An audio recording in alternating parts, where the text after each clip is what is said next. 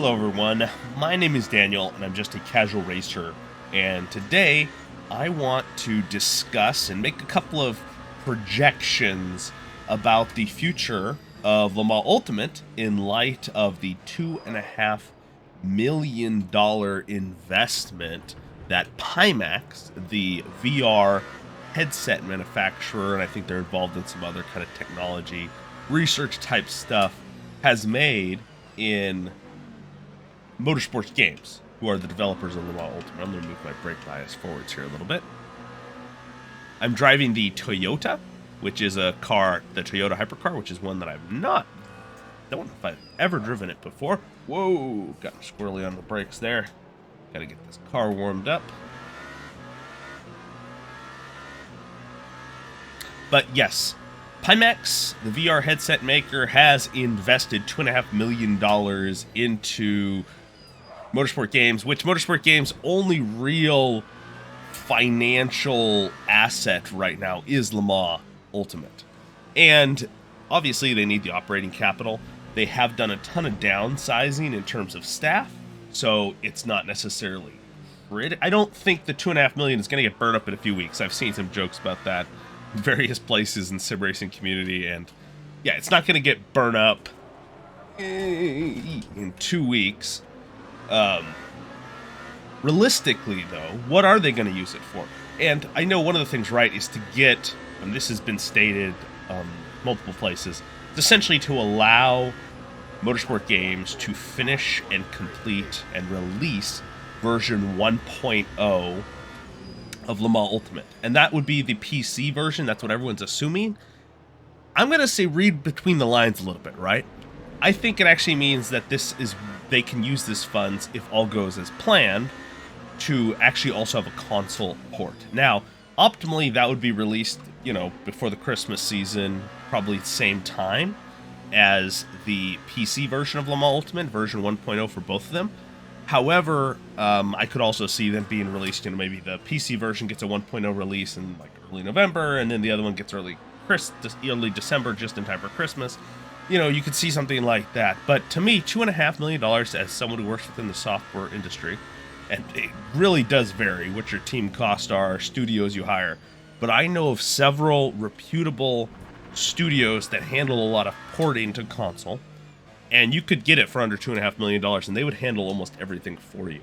So let's say you put half of it aside to fund, along with other, income and things like that, for Le Mans Ultimate to make it to the PC version, and then maybe you set the other half aside to hire a studio to port and to work with to get the console version developed and ready by the end of this year. To me, that makes a lot of sense. It seems feasible, and that would be my assumption of what the 1.0 content's for. Another outcome that I also see, I think a lot of people are already discussing this as well, there's very likely to be some improvements made on the VR front. I could also see, of course, some native Pimax support, maybe some unique features for Pimax VR headsets, so you don't have to tweak with settings as much, or maybe there's some optimizations that they market. I don't know. We'll see what happens there, but to me, that would be an obvious result of this investment by Pimax. There's another, obviously, though, too. It's what does this mean in terms of content? I know this is another thing that people are wondering, and I don't think it changes a whole lot. Like I mentioned, this is still only $2.5 million for a studio that has a reputation for burning through cash pretty rapidly. And so, in terms of future content, I still think we're looking at just that one more DLC pack, and maybe another piece of content released around the time of release, perhaps. So, for example, the Qatar is going to be included along with a couple of GT cars in the fourth, or is it the fifth? I think they split up one of the DLC packs for this year. And so they're going to be getting, or I guess not this year, the season of DLC, or whatever they were calling it. But so you're going to get another track, right? And then that completes all the tracks for the 2023, 2024, and 2025 season, because 2024 and 2025 are the exact same seasons. 2026 is expected to be exactly the same as well. So you have all the tracks in the game. So at that point, it becomes more of, okay, well then are they going to start adding any tracks that maybe are coming up in the future or were previously used? What about like IMSA tracks? Is there going to be IMSA skins? I will give you, obviously we know the Qatar is 100%. That's happening unless Motorsport Games goes bankrupt, right? But realistically, the only piece of content that I see that probably has a greater than 50% chance is Silverstone.